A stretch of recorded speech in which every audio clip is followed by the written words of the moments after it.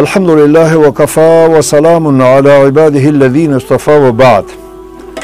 تر حمد صلاة و سلام وروسته اسلام د ژوند بشپړ نظام د سیاست هنداره د اسلامي حکومت پیژندنه د اسلامي حکومت لپاره زمونږ اتل ملت یوه پیړۍ مبارزه کړې ده. د انګلیس امپراتوري د تاریخ کندې ته سپارلې ده او بیا یې د شوروي لښکرو سره مقابله کړې او د کمونیزم بوتې د تاریخ کندې ته سپارلې. په همدې توګه له صلیب سره یې 20 کاله مقابله کړې ده. د صلیب لښکر یې له دې هېواده شاګرس ویستلي دي. دا ټولې اتلولۍ قربانۍ په لکونو شهیدان، یتیمان، کونډې، بورې، زخمیان د اسلام د حکومتي نظام، د اسلام د سیاسي نظام، د اسلامي حکومت د غلبې لپاره دي. اسلامي امت په مجموع کې اسلامي حکومت نه پیژني.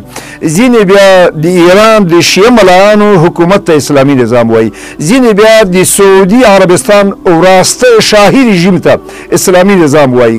موږ له دغه فرصت نه په استفادې باندې خپل ګران ملت ته د اسلام د نظام معرفي وړاندې کوو. اسلامي حکومت د دین او د دنیا په چارو کې د دین د اقامې او غلبې په خاطر د رسول الله نیابت او ځای ناستیتوب ته ویل کېږي. او یا اسلامي حکومت له هغه نظام نه عبارت ده چې په ما انزل الله فیصلې کوي، د الله په رالېږل شوي قانون باندې پرېکړې کوي، د ژوند نظام د الهي قانون په برابر رهبري کوي. او یا حکم الخالق علی الخلق للخلق. دغه تعریف زمونږ علما د دیموکراسۍ پر وړاندې ذکر کوي. دیموکراسي د خلکو حکومت په خلکو د خلکو لپاره. موږ اسلامي نظام داسې معرفي کوو: حکم الخالق، د الله د نظام واکمني په خلکو باندې د خلکو د ګټو لپاره، د خلکو د ګټو لپاره، یعنی د ژوند په ټولو څانګو کې د الهي قانون حاکمیت او د خلکو د ګټو لپاره چې په هغه کې اسلامي شریعت د ټولو قوانینو سرچینه وي.